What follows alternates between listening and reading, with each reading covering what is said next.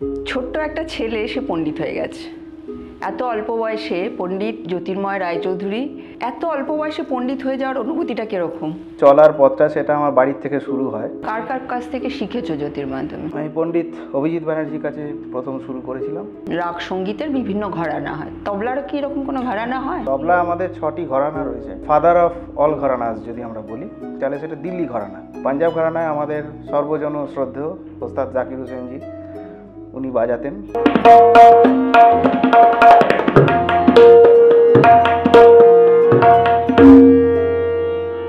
আমি তো এটা 6 ইঞ্চি মুখের একটা তবলা বাজাচ্ছি, ওদেরটা হতো 5, 5.5 এইটুকু ছোট মুখের তবলা এবং হাই পিচের তবলা হতো। পুরো ঘুঙুরের আওয়াজের সাথে না তবলাটা যেত। এই যে এত অনুশীলন, এত শিক্ষা, তারপরে যে প্রতিষ্ঠা পাওয়া, সেটা কি একটু স্ট্রাগলের ব্যাপার হয় বাজনার ক্ষেত্রে? প্রতিষ্ঠা পাবে কি পাবে না এটা অনেকটাই ডিপেন্ড করে লাখের উপর। কাউকে খুব মারতে ইচ্ছে করছে, আমি তো মারতে যেতে পারছি না এখন, তখন কি করি,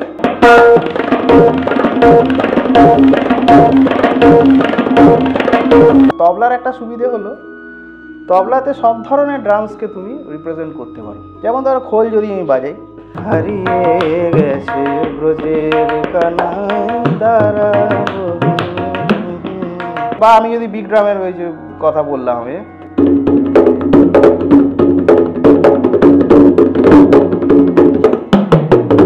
এসব করা যায় অনেক কিছু।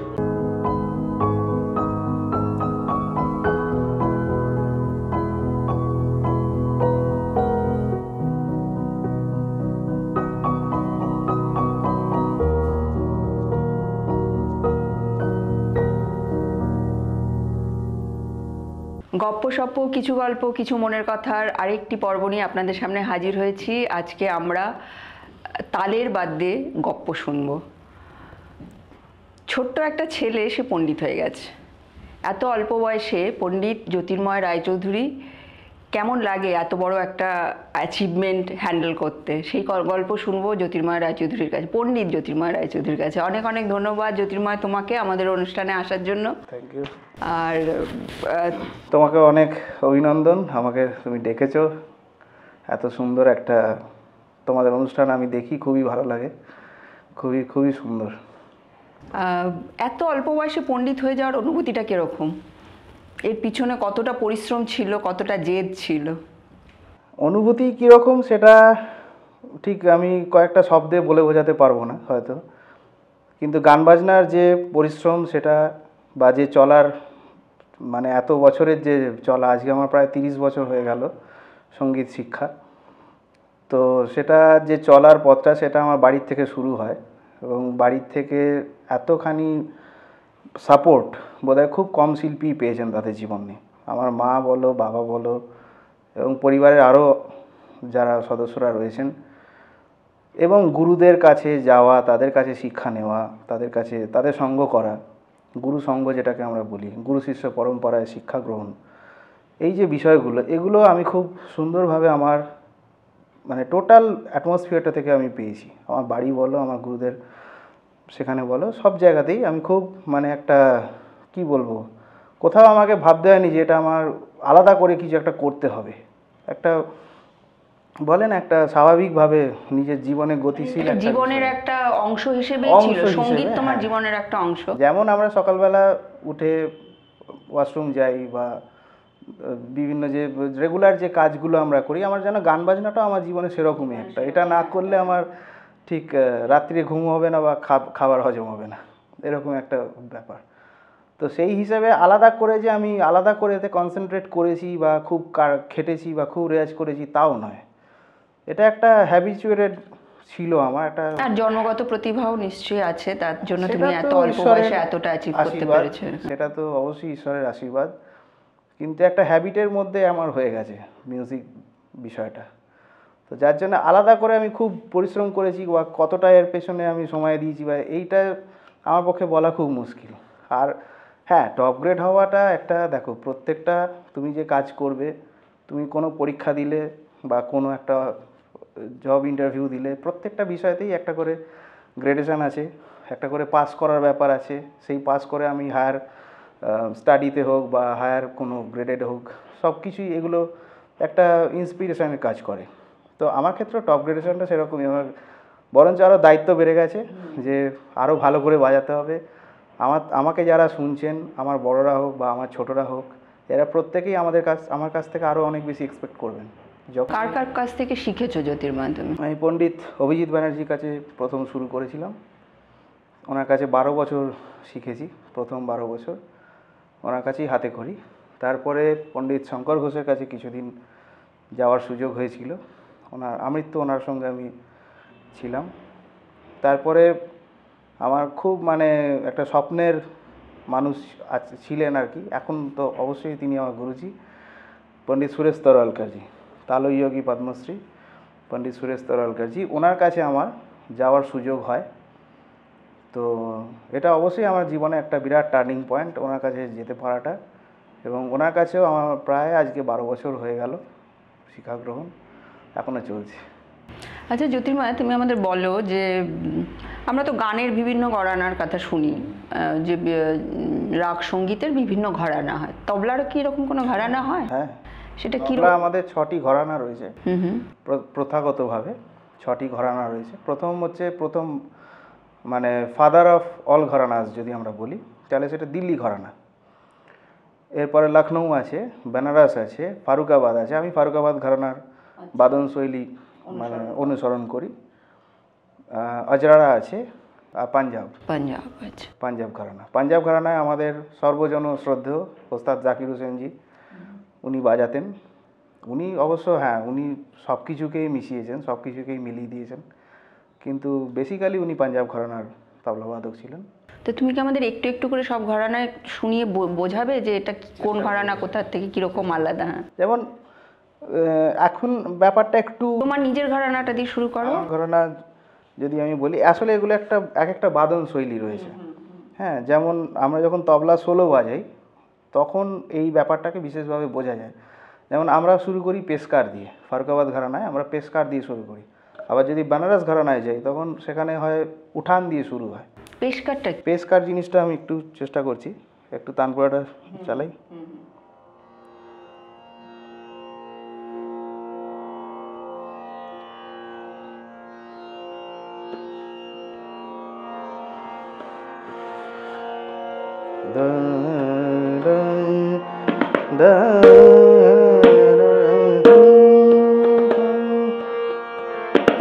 তিন তালে পেশকার আমি একটু বাজাচ্ছি।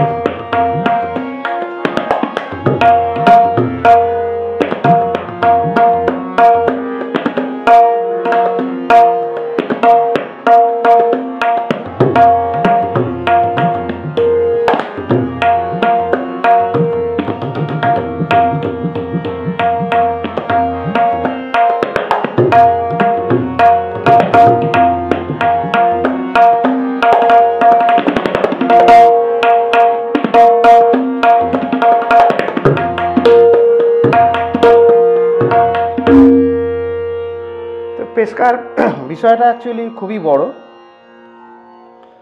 পেশকার বিষয়টা খুবই বড়, এটা প্রায় 15-20 মিনিট ধরে আমরা বাজিয়ে থাকি। পেশকার মানে কি? পেশকার মানে হচ্ছে, আগেকার দিনে যে রাজা জমিদাররা ছিলেন, এদের কাছে আগে মেসেঞ্জাররা আসতো। আগে তো মোবাইল ফেসবুক ছিল না, তো তখন মেসেঞ্জাররা আসতেন, দূত আসতেন কোনো একটা চিঠি নিয়ে, অন্য দেশের রাজার চিঠি নিয়ে আর এক রাজার কাছে যেতেন। তো এই যে এসে তিনি চিঠিটা তাকে দিতেন, কোনো যুদ্ধের বার্তা হোক বা কোনো নিমন্ত্রণ বার্তা হোক, এই যে চিঠিটা তাকে দিতেন, এই দেওয়াটাকে পেশ করা বলা হয়। এই পেশ কি আগে এটা বলে না? তো এই যে পেশ করছে, এই পেশকারীকে বলা হয় পেশকার। অর্থাৎ তবলার ক্ষেত্রে কি হয় জিনিসটা, আমি যে তাল বাজাবো, তালের বৈশিষ্ট্য বাজাবো এবং তালের এই পরবর্তীকালে কি কি আসতে চলেছে, কায়দা, গত, চক্রধার, টুকরা, এই যে বিভিন্ন বিষয়গুলো বাজাতে থাকবো, তো আমার হাতের পরিস্থিতি কতটা, এইগুলি বাজানোর জন্য কতটা যোগ্যতা আমার রয়েছে, এই পেশকারের মাধ্যমে আমার সেইগুলোকে লোকের কাছে জানানো হচ্ছে। তো আমি এক লাইনে বাজালাম এখানে, এটা 15-20 মিনিট ধরে যখন বাজানো হয়, এর বিভিন্ন অঙ্গ আসে, তিস্র জাতি আসে, খণ্ড জাতি আসে, মিশ্র জাতি আসে, এক একটা তালের অঙ্গ এগুলো। তো সেইগুলো এবং হাতের আমার বলবানি কতটা সুস্পষ্ট, কতটা ভালো, তেরে কেটে ধেরে কেটে কতটা ভালো বাজে, সেই জিনিসগুলো সব এতে ছবি আঁকা থাকে, একদম এক একটা ফ্রেম দেখানো থাকে। তো তারপরে কায়দা, চক্রধার, টুকরা ইত্যাদিতে যায়, কিন্তু এই জিনিসটা দেখানোর অর্থই হয়ে যায় যে আমি এতটা বাজাতে পারি, এতটা আমার শিক্ষা আছে, আমার গুরু আমাকে শিখিয়েছেন এতটা। মানে এটা কি আমি বলতে পারি যে পেশকার শুনলে কেউ বুঝতে পারবে যে একজন তবলা বাদক কতখানি তৈরি বা কত দূর পর্যন্ত তিনি যেতে, তার তালিম কতটা, তার ডেপথ কতটা, বাজনার ডেপথ কতটা, তার তালিম কতটা, এই জিনিসটা সে খানিকটা সেই ছবিটা আন্দাজটা পেয়ে যায়। পেশকারের পরে কি আসে? পেশকারের পরে কায়দা আসে, গত আসে, চক্রধার আসে, টুকরা আসে, রেলা আসে, যে যেরমভাবে বাজান, প্রত্যেকটা বাদন শৈলী আলাদা, প্রত্যেকটা সিলসিলা আলাদা বাজনার, তো যে যেভাবে বাজান। আমাদের ফারুকাবাদে মূলত পেশকার, কায়দা, চক্রধার, টুকরা, গত, রেলা এই সিলসিলায় চলে, বা অনেক সময় আগে টুকরা বাজানো হয়, পরে পেশকার এই চক্রধার বাজানো হয়।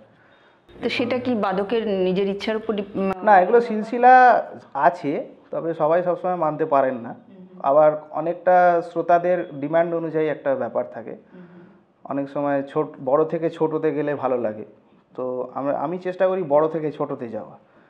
তো আমি ওই আগে চক্রধার পরে টুকরা বাজানোরই পক্ষপাতী। আবার অনেকে আছেন একটু যারা আগেকার মানুষ, তারা আবার আগে টুকরা পরে চক্রধার বলেন, এ ধরনের তো হয়ে থাকে এটা। তবে এ নিয়ে কোনো বিতর্কও নেই, কোনো অশান্তিও নেই, এটা আর্টিস্টের একটা ছাড় আছে, তার নিজের, হ্যাঁ হ্যাঁ, মানে লিবার্টি, ক্রিয়েটিভ লিবার্টি। আচ্ছা, একটু একটু করে আমাদের সব ঘরানাগুলোর পরিচয় দাও তুমি, যদি সম্ভব হয়। বিশেষ এলাবোরেটলি বলছি না না। না, একদম ছোট্ট করে, আমাদেরও তো অত সময় নেই অত ইলাবোরেটলি শোনার। আচ্ছা, আমি যদি দিল্লির ঘরানার বাজ বলি, দিল্লির একটি অত্যন্ত প্রচলিত কায়দা রয়েছে, প্রত্যেকটা শিক্ষার্থী এটা শিখে থাকেন, যেমন ধাতিটা ধাতিটা ধাঁধা তিটা ধাগা থু না কেনা, এটা আমরা বাজাই এইভাবে। তেটেটা লক্ষ্য করো, তেটে বাজানোর স্টাইলটা লক্ষ্য করো, এইভাবে বাজাই আমরা সাধারণত। তেটে শিখে থাকি 3-1, এই তিটা শিখে থাকি, কিন্তু ধাতিটা ধাতিটা দাদা যখন বাজানো হয় তখন 2 আঙুলে তেটে বাজানো হয়।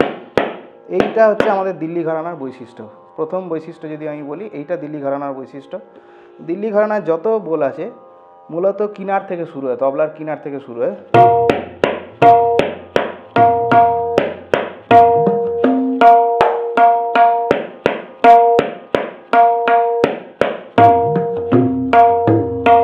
ঠিক আছে, এছাড়াও আরও অনেক কায়দা আছে, ধাতি ধাগে না ধাতে ধাতি দাগো তো নাগে না, সবই দেখবে কিনার থেকে শুরু হচ্ছে, এবং বেসিক্যালি 2 আঙুলের তেরে কেটে, 2 আঙুলের তেটে, এই ধরনের জিনিসগুলোকে বেশি ইউজ করা হয় দিল্লি ঘরানার বাদন শৈলীতে। এরপরে আসি লখনৌতে। লখনৌতে আমরা যেটা দেখে থাকি, এটা মূলত নাচের সঙ্গতের একটা ঘরানা। আগেকার দিনে তয়েফরা যে নাচতেন, তাদের সাথে যে তবলা বাজতো, ওস্তাদরা বাজাতেন, এবং আমি তো এটা 6 ইঞ্চি মুখের একটা তবলা বাজাচ্ছি, ওদেরটা হতো 5-5.5 এইটুকু ছোটো মুখের তবলা, এবং হাই পিচের তবলা হতো।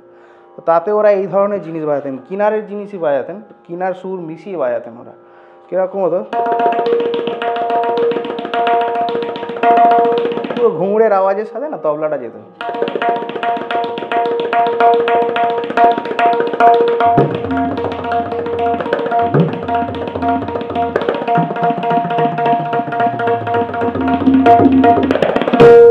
এই ধরনের জিনিসগুলো বাজাতেন। ফারুকাবাদের পেশকার আমি দেখালাম, ফারুকাবাদও কিন্তু এটা যেমন নয় বললাম নাচের সাথে সঙ্গতের ঘরানা, ফারুকাবাদ আবার কিন্তু গানের সাথে সঙ্গতের ঘরানা।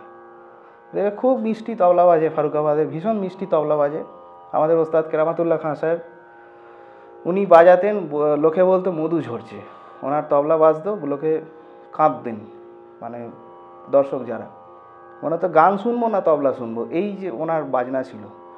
তো খুব মিষ্টি সঙ্গত, এবং মূলত গানের সাথে ফারুকাবাদ ঘরানা ব্যবহার হতো, এখন অবশ্য সবেতেই হয়।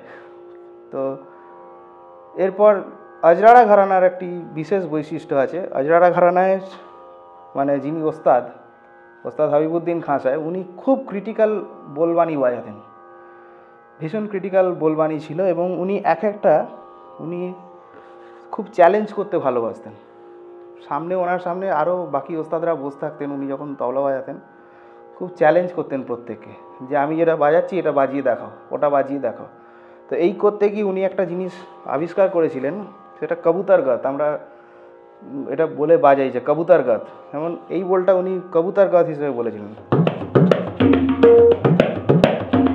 এবার যদি স্পিডে বাজাই তখন ওনার হাতে বকবকম আওয়াজ হতো, আমি জানি না পারবো কি না।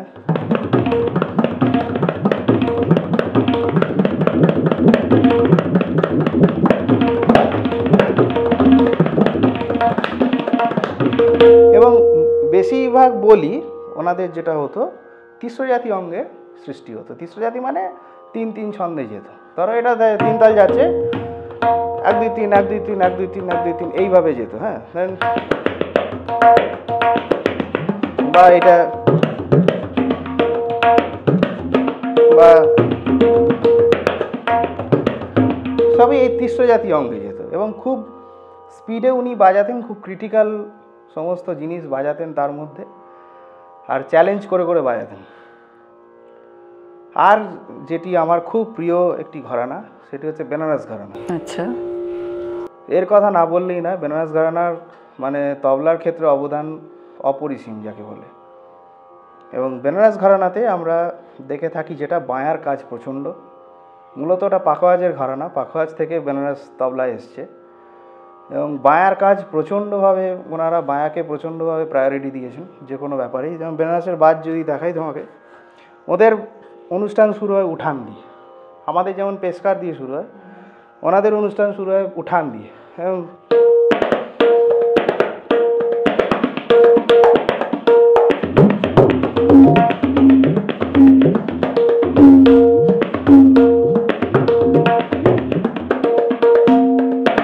খোলা বাজ খুব, হ্যাঁ।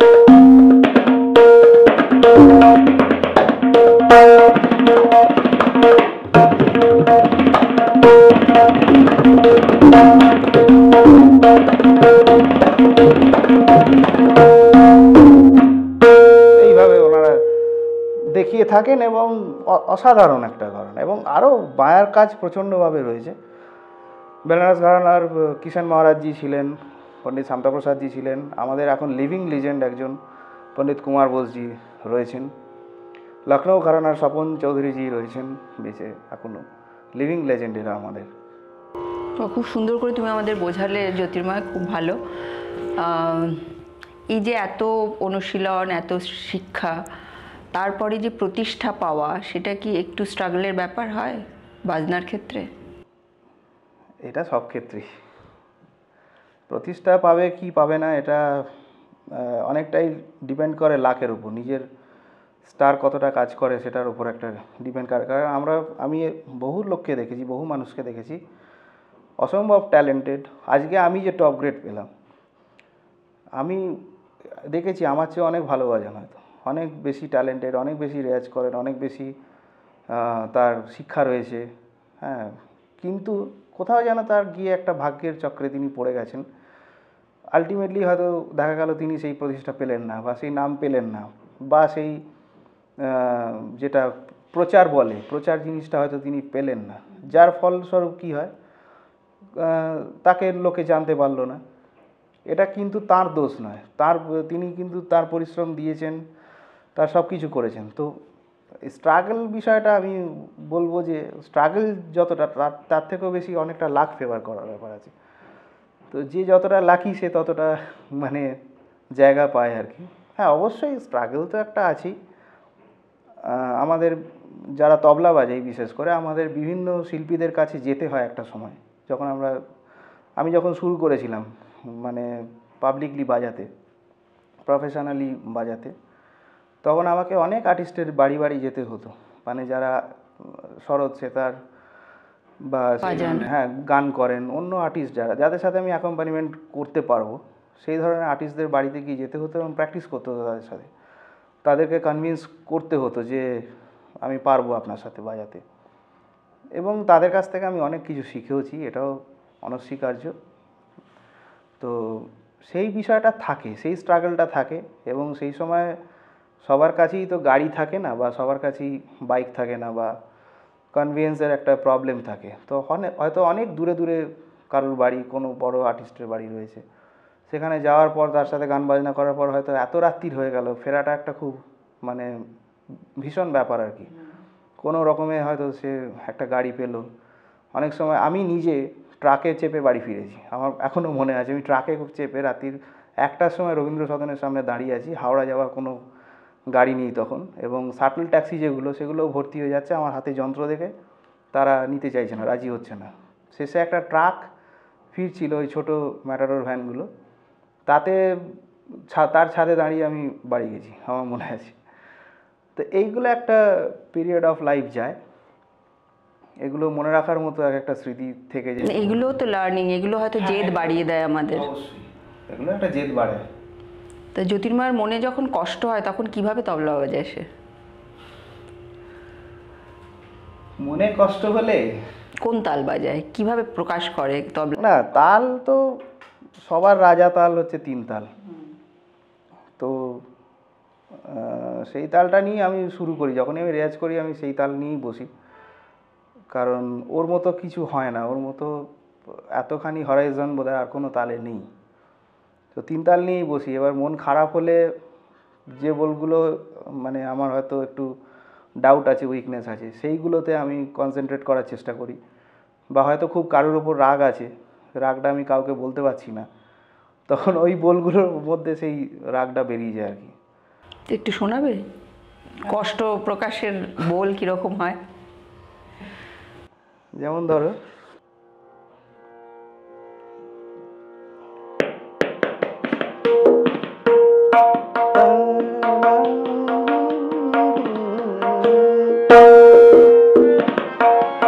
এই চাটিটাই যে মারছি, এটা একটা রাগের এক্সপ্রেশন কিন্তু আমাদের, বা খুব আনন্দের এক্সপ্রেশন, খুব আমার ক্ষমতা দেখানোর একটা এক্সপ্রেশন এটা। হ্যাঁ,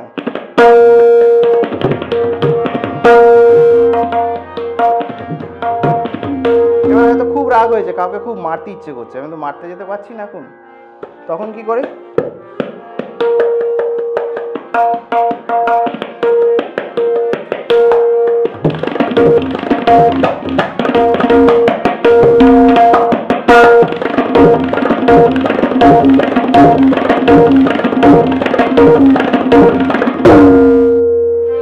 তবলায় ভালোবাসা দেখানো যায়?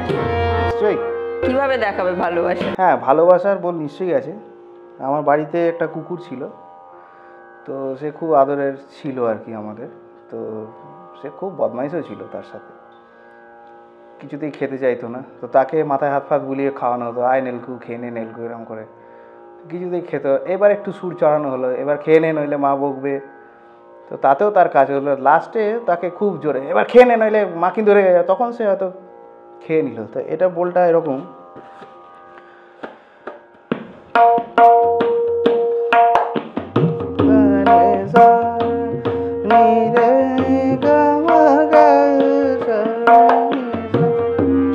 ধা ঘেনাক তাকিটে ঘেনাক ধাত্রেকে ধেতেটে কাতা গদি ঘেনে না গেনে না কিনে তাকিটে ঘেনাক ধাত্রেকে ধেতেটে কাতা গদি ঘেনে। এবার সুর চড়াচ্ছি, ধা ঘেনাক দিন কাতাকে ঘেনাক দিন ধাত্রেকে ধেতেটে কাতা ঘেনা হাতি ঘেড়ে নাগো, আরো সুর চড়াচ্ছি, ধা ঘেনাক তাকিটে ঘেনাক ধাত্রেকে ধেতে কাতা ঘেনা নাগ নাগ তাকিটে ঘেনাক ধাত্রেকে ধেতে কাতা ঘেনা ধা ধাত্রেকে ধেতে কাতা ঘেনা ধা ধাত্রেকে ধেতে কাতা ঘেনা ধা ধাত্রেকে দিন ধা।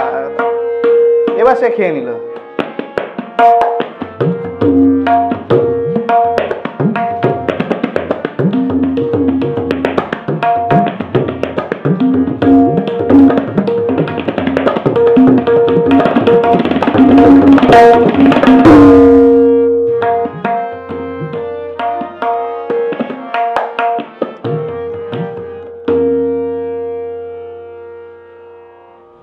এবার একটু অন্যরকম একটা প্রশ্ন করি। তাল কেটে যাওয়া বলি না, জীবনের তাল কেটে গেল, মানে কোনো একটা খারাপ পরিস্থিতিতে পড়লে আমরা বলি, বা যেটা আমরা এক্সপেক্ট করি না, আনএক্সপেক্টেড কিছু জীবনে হয়ে গেল, আমরা বলি তাল কেটে গেল। তবলারও তো তাল কাটে। ধরো একটা খুব পরিচিত গান, একটা বিশেষ তালে গানটা গাওয়া হয়, এবার সেই তালটা যদি বদলে গানটা গাওয়া হয় তাহলে কেমন হয়? তুমি তো গান খারাপ করো না জ্যোতির্ময়, তুমি এবার একটু আমাদের একটা কোনো পরিচিত গান এরকম তাল বদলে একটু শোনাও দেখি, কেমন লাগে শুনতে। না না, গান আমি করতে পারি না ওটা। যেটুকু পারো যথেষ্ট ভালো ভালো করো। এই যে গুনগুন করে যে গাইছো মাঝে মাঝে তবলা বাজাতে বাজাতে, ওটাই আমাদের কানে মধু ঢালছে। ওটা আমাদের নিজেদের প্রয়োজনে করতে হয়, কিছু করার নেই। কারণ সবসময় বাড়িতে কাউকে ডাকাও সম্ভব হয় না, বা আমার মা রয়েছেন অবশ্য, কিন্তু তিনিও সবসময় সময় দিতে পারেন না। তো তাকেও আমাকে অনেক প্যাম্পার করে বসায়, সাথী সাধনা করে অনেক প্রয়োজনে পেমেন্ট দিয়েও বসাতে হয়। তো যাই হোক, কিন্তু এটা আমাদের নিজেদের, মানে এটা আমার শিক্ষার একটা অঙ্গ। আমার গুরুজি করেন, নিজেও করেন, যে নাগমাটা যেটা চলছে, লহেরা যেটা চলছে, সেটা নিজে মুখে গিয়ে তবলাটা বাজানো।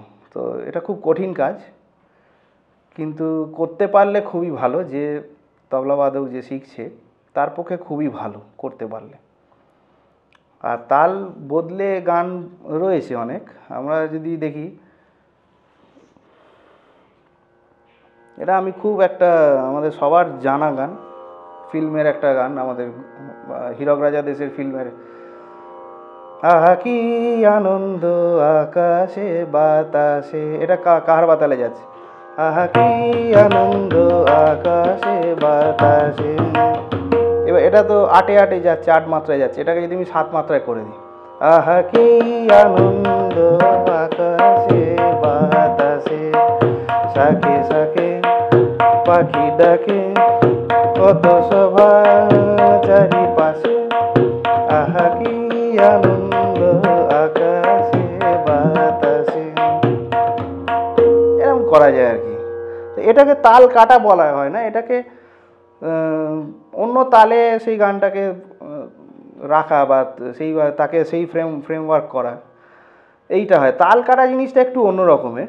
তাল কাটা আমরা অনেক সময় দেখি, যেমন কেউ গাইছে, তুমি আমার সকাল বেলা সুর,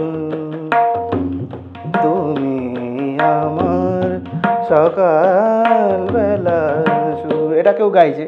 এটা করতে গিয়ে করলো কি, তুমি আমার সকাল বেলার সুর, গিয়ে কোথায় সুর পড়ছে, সকালবেলা গিয়ে শেষ কোথায় হবে আমিও জানি না।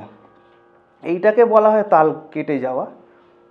তো এটারও আমি অনেক এক্সপিরিয়েন্স করেছি অনেক শিল্পীর সাথে বাজাতে গিয়ে, যদিও তাদেরকে ছোট করা উচিত নয়, কিন্তু অনেক ভালো অনুষ্ঠানে গিয়ে আমাকে এই জিনিসটাও ফেস করতে হয়েছে, অনেক ক্ষেত্রে ফেস করতে হয়েছে। এবং এটা দায়িত্ব থাকে তবলাবাদকদের বা রিদম সেকশনে যারা রয়েছেন, তাদের এটা একটা দায়িত্বই থাকে যে তাল কাটুক আর নাই কাটুক বা যাই হোক না কেন, তোমাদের কাজ হচ্ছে মেকআপ দেওয়া। তো সেই মেকআপ আমাদের অনেক দিতে হয়, যদিও এটা থ্যাঙ্কলেস জব। এরপরে শিল্পী এসে বলেন না যে ভাই তুমি আমাকে ম্যানেজ করে নিয়েছো বা এ করে নিয়েছো, কিন্তু যাই হোক সেটা অন্য ইস্যু। কিন্তু এটা আমাদের একটা কাজের অঙ্গ আর কি।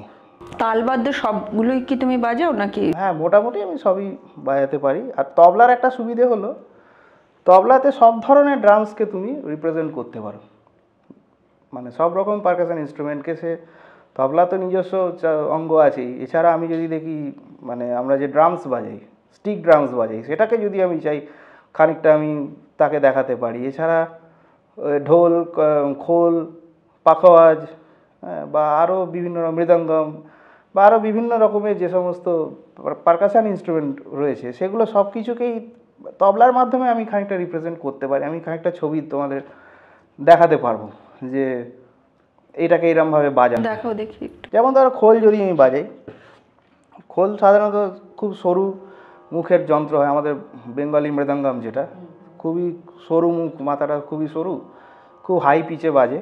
হ্যাঁ, লোকে কেউ কেউ বলবে এটা টাই টাই করে বাজছে একদম, তো খুব হাই পিচে বাজে।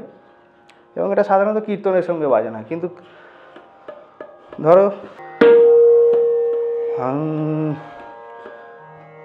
হারিয়ে গেছে ব্রজের কানাই দ্বারা, হারিয়ে গেছে ব্রজের কানাই দ্বারা। এই যে ঠেকাটা বাজাচ্ছি, এটা কিন্তু শ্রীখোলের ঠেকা। এটা কিন্তু শিকলের ঠেকা, কিন্তু শিকলের ঠেকাটা আমি তবলায় বাজাতে পারছি, কিন্তু তবলার ঠেকাটা আমি শিকলে বাজাতে পারবো না। আবার ধরো ঢোলের ঠেকা, ঢোলের ঠেকা এতে বাজানো যায়, বা পাখোয়াজের যদি কিছু বাজে পাখোয়াজ বাজানো যাবে। এই রকম যত রকমের ইনস্ট্রুমেন্ট, বা আমি যদি বিগ ড্রামের ওই যে কথা বললাম আমি,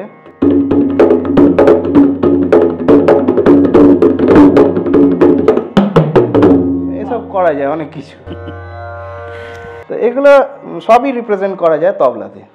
তবলা এমনই একটা ইনস্ট্রুমেন্ট যেটা মানে মাদার অফ অল ইনস্ট্রুমেন্ট বলা যেতে পারে। তো তুমি তো মূলত ক্লাসিক্যাল প্লেয়ার, তো তোমার কি কন্টেম্পোরারি মিউজিকে, মানে ধরো ফিল্মের মিউজিক বা ওরকম কোনো জায়গায় বাজানোর কোনো ইচ্ছা হয়? হ্যাঁ, ইচ্ছা, বাজিয়েছি বেশ কিছু। যেরকম সেভাবে নাম করা কিছু এতে না, কিন্তু অনেক অ্যালবামে আমি বেশ কিছু অ্যালবামে বাজি, কমার্শিয়াল অ্যালবামে। যেমন বড় আর্টিস্টদেরই অনেক সময় কমার্শিয়াল অ্যালবাম বেরোয়, ধুনের অ্যালবাম বেরোয়, বাংলা ধুন হোক বা রাজস্থানি ফোক হোক বা এই ধরনের অ্যালবাম বেরোয়। সেখানে দেখবে তোমরা অনেক ইনস্ট্রুমেন্ট বসে তার সাথে। তো পণ্ডিত তরুণ ভট্টাচার্য, পণ্ডিত বিশ্বমোহন ভাট, এদের অনেক অ্যালবামে আমি এরকম কাজ করেছি, যেগুলো কমার্শিয়াল মিউজিক হিসেবে বা সেমি ক্লাসিক্যাল মিউজিক হিসেবে বেরিয়েছে। শুধুই ক্লাসিক্যাল নয়, কমার্শিয়াল যে সমস্ত মিউজিক সেগুলোতে তাদের সেই অ্যালবাম বেরিয়েছে, সে ধরনের এতে কাজ করেছি আমি। আর একেবারে মানে ফিল্ম মিউজিকে যাওয়ার এরকম কোনো ইচ্ছে তো মানে মানে হ্যাঁ, ইচ্ছে নিশ্চয়ই আছে, কারণ ফিল্মের মিউজিক খুবই ভালো হয়। কিছু কিছু ফিল্মে আমরা দেখে থাকি খুবই ভালো মিউজিক হয়, এবং বম্বে বলিউড তো বটেই, এরা তো অনেক ক্লাসিক্যাল মিউজিশিয়ান তাতে কাজ করেন। বম্বের মিউজিকে তো ফিল্মে তো অনেক ক্লাসিক্যাল মিউজিশিয়ান রয়েছেন। কলকাতাতেও বেশ কিছু ভালো মানে মিউজিক ডিরেকশন হয় বই কি, তাতে আমার ইচ্ছা আছে নিশ্চয়ই কাজ করার। আচ্ছা, এমন কোনো উদাহরণ কি তুমি দিতে পারো গানে, মানে যেখানে তবলাটাকে ভীষণ ভালোভাবে ব্যবহার করা হয়েছে কোনো ফিল্ম মিউজিকে? এই মুহূর্তে মনে পড়ছে? হ্যাঁ হ্যাঁ হ্যাঁ, এটা অবশ্য বলিউড মিউজিকে হয়েছে। টলিউডে আগে হতো, আগেকার যে মানে ফিল্ম মিউজিক ছিল তাতে টলিউডে অনেক কিছু হতো। সেখানে রাধাকান্ত নন্দীকে আমি বাজাতে দেখেছি, আমাদের খুব পরিচিত মান্তান মামা, তাকে আমি বাজাতে দেখেছি। ওনার ভালো নামটা আমি আমার মনে পড়ছে না এই মুহূর্তে। তো মানে আমার মাও মান্তান মামা বলেন, আমিও মান্তান মামা বলি তাকে, এটাই রয়ে গেছে। তো এদেরকে আমি বাজাতে দেখেছি সেই সমস্ত ফিল্মে, এবং ভালো ওস্তাদ হয়তো গাইছেন। বা ওই যে আমি বললাম যে তওয়ায়েফ একটা হতো আগে, তওয়ায়েফরা নাচতেন। আগেকার ফিল্মে কী ছিল, আগেকার ফিল্মে ডাইরেক্ট শট হতো, সেখানে আগে এখনকার মতো হিরোইনরা ডান্স করছে বা এবং ব্যাকগ্রাউন্ডে হয়তো কোনো ভালো ডান্সার ডান্স করছেন, এই ব্যাপারটা ছিল না। আগে ভালো ডান্সারদেরই আনা হতো ফিল্মে, তারা ডান্স করতেন সেইভাবে। তো সেই সমস্ত তবলা যে বাজতো তাদের সাথে, সেটা তারাও কিন্তু লাইভ বাজাতেন ওখানে। হ্যাঁ, তো সব খালিফারা বাজাতেন।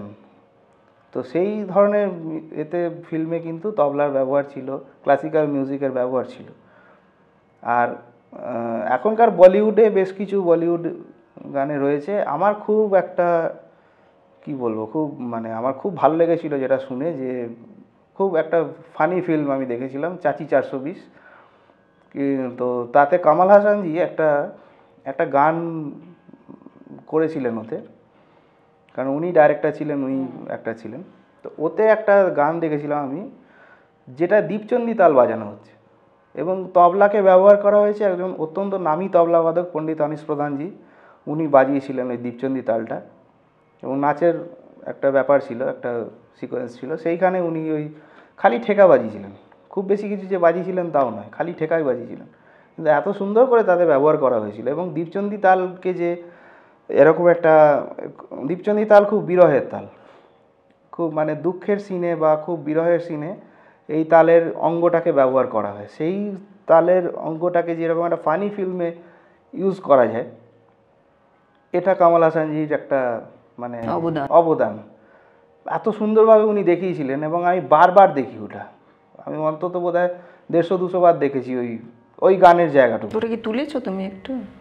হ্যাঁ, ও হিন্দি গান, এটা ঠেকাটা তো গানের সাথে পেয়েছে। তাল তো আমরা বাজাই, দীপচন্দি তাল আমরা আগে, দীপচন্দি সোলো বাজানো হতো না, দীপচন্দি সাধারণত ঠুমরি দাদরার তাল, কিন্তু তাকে এখন আমি চেষ্টা করেছি সোলোতে বাজানো, 40-45 মিনিট 1 ঘন্টা।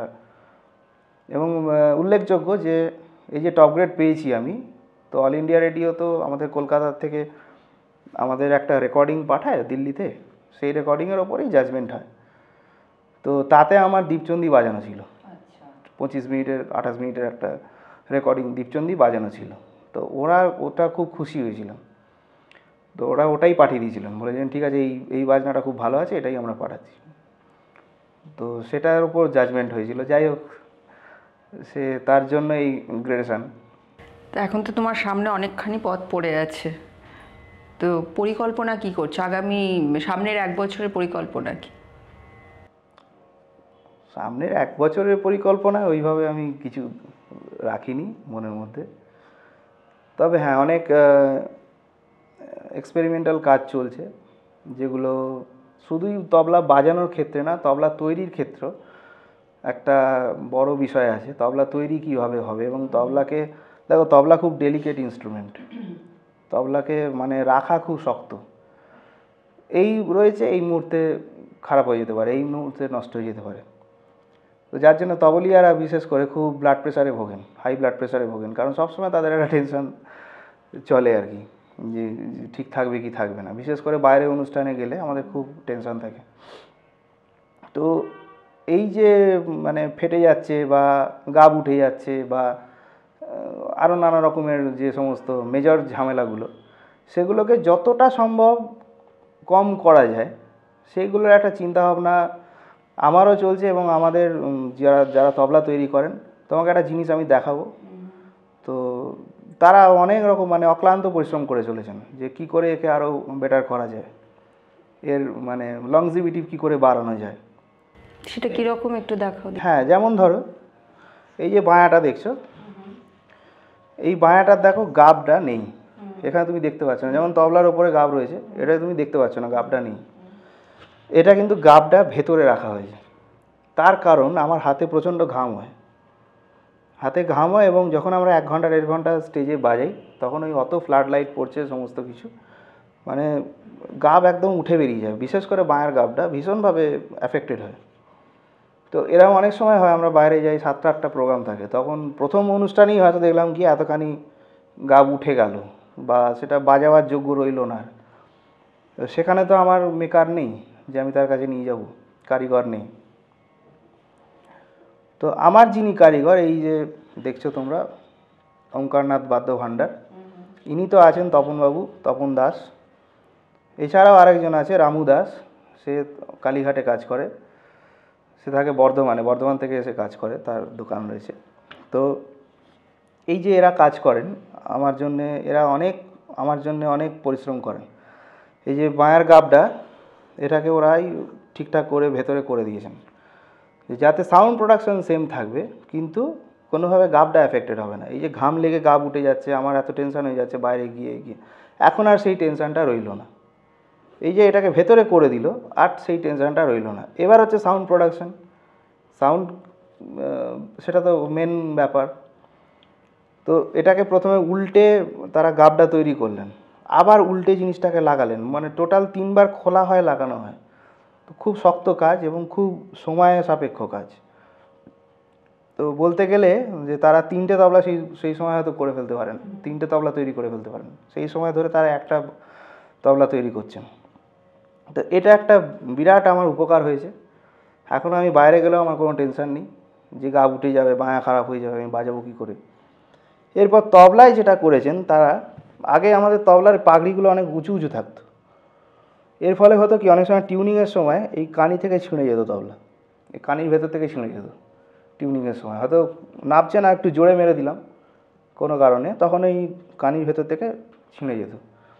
এবার ওরা করলেন কি, এই পাগড়িটাকে একটু ঝুলিয়ে দিলেন, নিচে করে দিলেন। আমার একটু প্রথম অসুবিধে হতো বাজাতে, কারণ একরকম অভ্যেস হয়েছিল, এর অভ্যেসটা পাল্টে গেল। এটাকে নিচে করে দিলেন। এটা নামানোর ফলে হলো কি, ওই যে পাগড়ির টেনশানটা ছিল কানির সাথে, কিনারের সাথে, এই টেনশানটা কমে গেল, নষ্ট হয়ে গেল।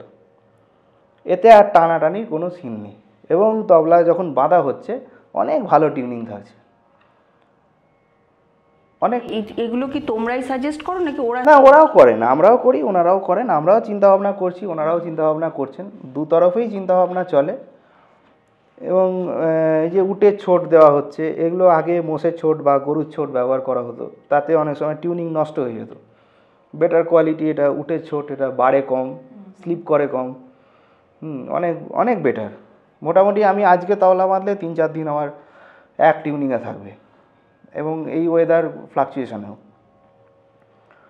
এছাড়া আরও অনেক ডেকোরেশন হয়েছে, আরও অনেক এই যে 6 ইঞ্চি, আমিও বললাম তোমাকে আগে 5 ইঞ্চি তবলা বাজানো হতো, আমাদের হাত অনেক বড়, আমাদের হাত ঠিকঠাকভাবে পড়তো না, তো তখন ওনারাই 6 ইঞ্চি করে দিলেন, মুখটাকে বড় করে দিলেন একটু, যে বড় করে দেখা যাক কী হয়। তো এরকম এক্সপেরিমেন্ট দীর্ঘদিন ধরে চলছে, এটা একদিনের ব্যাপার নয়। আগে গাব অনেক বড় করা হতো, অনেক উঁচু করা হতো, গাবের এটা অনেক উঁচু থাকতো, সেটাকেও পাতলা করা হয়েছে, কিন্তু টোনাল কোয়ালিটিটা দেখা হয়েছে যে সর্বশেষ যেটা কথা, টোনাল কোয়ালিটির কোনো হেরফের হচ্ছে কি না, তো তাতে দেখা গেছে বরঞ্চ এখন টোনাল কোয়ালিটি অনেক বেটার হয়ে গেছে। আচ্ছা, এখন শার্পনেস, তবলার ডেপথ, তবলার মানে যে টোটাল একটা ব্যালেন্স অনেক এখন বেটার হয়ে গেছে আগের থেকে। তাহলে শিল্পীরা কি নিজেদের চাহিদা মতো বা বাজনার স্টাইল অনুযায়ী তবলা বানিয়ে নেন? হ্যাঁ, মেকারদের দিয়ে? এটা থাকে, এটাও মেকারকে গিয়ে তারা বলেন যে আমার একটু ভারী গাব চাই, আমার একটু পাতলা গাব চাই, বা আমার একটু মিডিয়াম গাব চাই, বা এই যে আমি বলছি গাবটাই দরকার নেই ভাই, ভেতরে করে দাও। তো এ ধরনের চাহিদাগুলো থাকে, যতটা তাদের পক্ষে সম্ভব তারা চেষ্টা করেন, অনেকটা হয়তো এক্সপেকটেশনের বেশিই করেন, আমরা যতটা চাই তার চেয়ে অনেক। এই যে বাঁয়াতে একটা টাচ করবো, বাঁয়া সুরে বাজবে একদম, আগেকার বাঁয়া টিউনিং করা হতো না, টিউন করা হতো না আগে এত ভালো, কিন্তু এখন একদম বাঁয়া বাজাবো মানে সে একটা সুরে বলবে। এবং কিছু কিছু ক্ষেত্রে আমরা দেখে থাকি, আমি যখন ইনস্ট্রুমেন্টের সাথে বাজাই, যে নোটটা হয়তো ইনস্ট্রুমেন্টে বাজছে সেই নোটটাকে আমরা মিলিয়ে দেওয়ার চেষ্টা করি অনেক সময়। ধরো পা এর পঞ্চম, এটা যদি কোমল গান্ধা ধরি তাহলে পঞ্চম হয়ে গেল, গা মা পা গা মা ধা গা মা ধা গা মা পা, এই যে মিলিয়ে দেওয়াটা, এগুলো আগে ছিল না। বাহ, খুব ভালো লাগলো জ্যোতির্ময়, তোমার সঙ্গে কথা বলে অনেক কিছু জানলাম আমরা তবলা সম্পর্কে। আমাদের মানে সেরকম চর্চা তো, আমাদের গান শুনি, গানের শিল্পীদের সঙ্গে কথা বলা হয়, তাদের কথা শুনি, তবলা শিল্পীদের সঙ্গে সেভাবে ডিটেলে কখনো মানে আমার শোনারও সৌভাগ্য হয়নি, জানার সৌভাগ্য হয়নি। আজকে তোমার থেকে অনেক কিছু তবলার একটা বিশেষ অঙ্গ আমি বাদ চলে যাবে না বললে, তবলা মূলত কিন্তু অ্যাকম্পানিং ইনস্ট্রুমেন্ট। তো অ্যাকম্পানিমেন্ট আজকের যুগের কিছু তবলাবাদক আছেন যারা সোলোর দিকে অনেক বেশি ফোকাস করেছেন, কিন্তু আমার ব্যক্তিগত মতামত হচ্ছে তবলা অ্যাকম্পানিং ইনস্ট্রুমেন্ট, তবলাকে সেইভাবেই দেখা উচিত, সেই চোখেই দেখা উচিত তবলাকে। তবে এবং অ্যাকম্পানিস্ট তৈরি হওয়াটাও আমাদের বেশ কিছু শিল্পীদের অবদান রয়েছে। আমার ক্ষেত্রে আমি একজন মানুষের কথা অবশ্যই বলবো, না বলাটা অন্যায় হবে। আজকে আমি যে তোমাদের কাছে বসেছি, এই যে টপ গ্রেড পেয়েছি বা এত কিছু, এর জন্য একজন মানুষ আমার জীবনে খুব মানে বিশেষভাবে রয়েছেন, তিনি হচ্ছেন পণ্ডিত তরুণ ভট্টাচার্য। আমরা সকলেই চিনি, তিনি সন্তুরের একজন দিকপাল মানুষ, শুধু সন্তুর নয়, মানে শাস্ত্রীয় সঙ্গীতের একজন দিকপাল বললেও কম বলা হবে না। তো ওনার কাছে আমি যখন যেতে পেরেছি, আজ থেকে 10 বছর হয়ে গেল, প্রায় 10 বছর আগে ওনার কাছে আমি প্রথম গিয়ে থাকি। তো ওনার কাছে আমি গিয়ে ওনার কাছে যা বাজাতাম, তার আগে ওনার কাছে যাওয়ার পর আমার কাছে পুরো ফ্রেমটা চেঞ্জ হয়ে গেল তবলা অ্যাকম্পানিমেন্টের। তবলা সোলোরও কিছু কিছু হয়েছে, তবলা অ্যাকম্পানিমেন্টের একটা যে মেজর একটা টার্নিং পয়েন্ট, সেটা ওনার কাছে না গেলে হয়তো আমি জানতে পারতাম না, একটা দিক অন্ধকার থেকে যেত আমার। এবং আমার ছোটোবেলায় আর একজন মানুষ আমাকে খুব মানে করেছেন আমার জন্য, তিনি পণ্ডিত বুধাদিত্য মুখার্জি।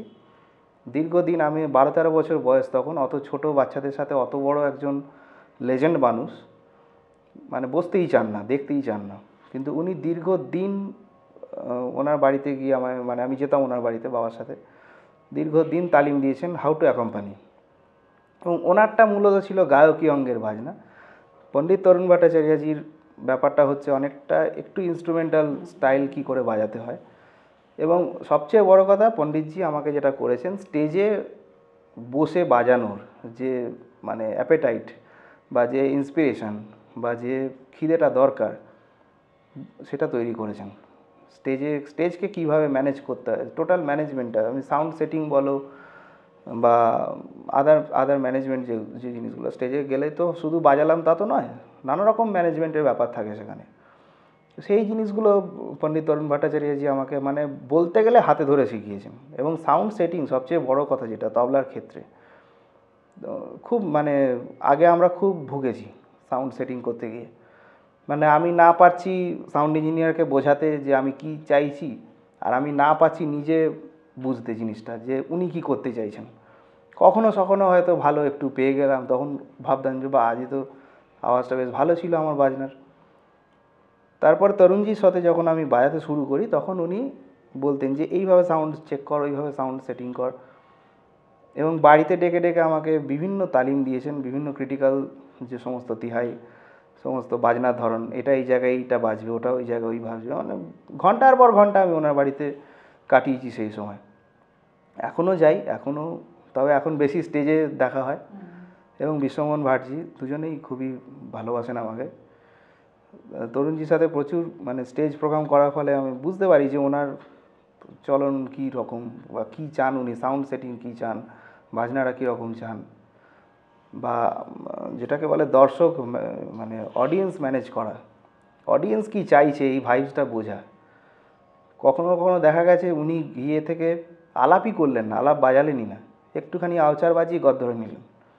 আমি পরে বেরিয়ে জিজ্ঞেস করেছি আপনি এরকম করলেন কেন, একটু আলাপ বাজাতে পারতেন, আমি তো ভালোবাসি শুনতে, আপনার পাশে বসে শোনার তো একটা আলাদা রোমাঞ্চ। আমি বলছেন যে দেখ সামনে যারা ছিল না, অনেক রাত্রি হয়ে গেছে, যে 8:30 বেজে গেছে, 9টা বেজে গেছে, প্রোগ্রামে বসছি, তো সামনে যারা উসকুস করছে বাড়ি যাবে বলে, তো আমি যদি এখন 1 ঘন্টা আলাপ বাজাই তো যেটুকু লোক আছে সে কটা বাড়ি চলে যাবে, শতরঞ্জি তুলবে, তারা বসে থাকবে, তারা মারবে, বলবে যে তারা বলবে দাদা তাড়াতাড়ি শেষ করুন। তো ওই জন্য কী করলাম, একটুখানি আউচার বাজিয়ে তবলাটা ঢুকিয়ে দিলাম, যাতে কি হয় প্রোগ্রামটা খুব এনচ্যান্টিং হবে, আর আমারও টাইম ম্যানেজমেন্টটা হয়ে গেল, আমার যা দেখানো সেটাও দেখানো হয়ে গেল, প্রোগ্রামটাও এনচ্যান্টিং হলো, এবং তাদেরও বাড়ি যাওয়ার অসুবিধা হলো না, এনজয়ও করলো। তো এই যে শিক্ষাগুলো পাওয়া, তাদের সাথে একসাথে চলতে থাকলে যে শিক্ষাগুলো পাওয়া, ইভেন হোটেলে থাকতে হয় কীভাবে, একটা হোটেলে থাকতে গেলে, বাইরে গিয়ে একটা হোটেলে থাকতে গেলে সেখানকার কিছু ডেকোরাম আছে, কিছু শব্দ, তাদের কিছু ভাষা আছে, তাদের কিছু রয়েছে, সেইগুলোকে কি করে মানে ম্যানেজ করব। আমি তো আগে 5 স্টার হোটেলে সুইচই খুঁজে পেতাম না, কোথায় সুইচ রয়েছে খুঁজে পেতাম না, আলো জ্বালার। এইগুলো ওনারা আমাকে খুব অ্যাকাস্টাম করে দিয়েছেন এখন যার ফলে এখন অনেকটা ব্যাপারটা ভালো হয় এবং আনন্দ হয় ওনাদের সাথে ট্রাভেল করি যখন। খুব মজা করেন পণ্ডিতজি, তরুণজি খুবই মজা করেন, রাস্তায় বুঝতে দেন না যে অত বড় আর্টিস্টের সাথে আমি যাচ্ছি, এই ব্যাপারটাও একদম বুঝতে দেন না। তো খুব লিভিং থাকেন। বিশ্বমোহনজিও তাই, বিশ্বমোহনজিও খুব লিভিং, খুব মজা করেন। তো আর কোন শিল্পীর সঙ্গে বাজাও তুমি? পণ্ডিত অসীম চৌধুরী, পণ্ডিত রণজিৎ সেনগুপ্ত, অঞ্জনা নাথ, বিদুষী অঞ্জনা নাথ, এবং মোটামুটি আজকের যুগে যারা টপ গ্রেড গ্রেড আর্টিস্ট যারা রয়েছেন, মোটামুটি প্রায় সবার সাথেই আমার চলে। তবে মূলত আমি এই দুজনের সাথে খুব ট্রাভেল করি, বিশ্বমোহনজি এবং তরুণজি দুজনের সঙ্গে। জ্যোতির্ময়ের বাজনা শুনলে এই ভরসা জাগে যে আমাদের রাগ সঙ্গীত যোগ্য হাতে রয়েছে। আমরা জ্যোতির্ময়ের মতো আরও অনেক যোগ্য উত্তরসূরি যেন গড়ে ওঠে আমাদের ভারতবর্ষের রাগ সঙ্গীতের আঙিনায়, সেই আশায় আমরা তাকিয়ে থাকব ভবিষ্যতের দিকে। আর জ্যোতির্ময়ের উজ্জ্বল ভবিষ্যতের আশা করে তার হাতে তুলে দেব এই ছোট্ট চারা গাছটি। Thank you. আপনাদের সকলের কাছে আমাদের অনুরোধ রইল যে আমাদের চ্যানেলটা সাবস্ক্রাইব করবেন, বেল আইকনটা প্রেস করতে ভুলবেন না, আপনাদের কাছে নোটিফিকেশন চলে যাবে। আর আমাদের ফেসবুক পেজ এবং ইনস্টাগ্রাম পেজটা ফলো করবেন, আর আপনাদের মূল্যবান মতামত রেখে যাবেন কমেন্ট সেকশনে। ফিডব্যাক নিয়ে আমরা আমাদের কাজটাকে আরও ভালো করার চেষ্টা করব। নমস্কার।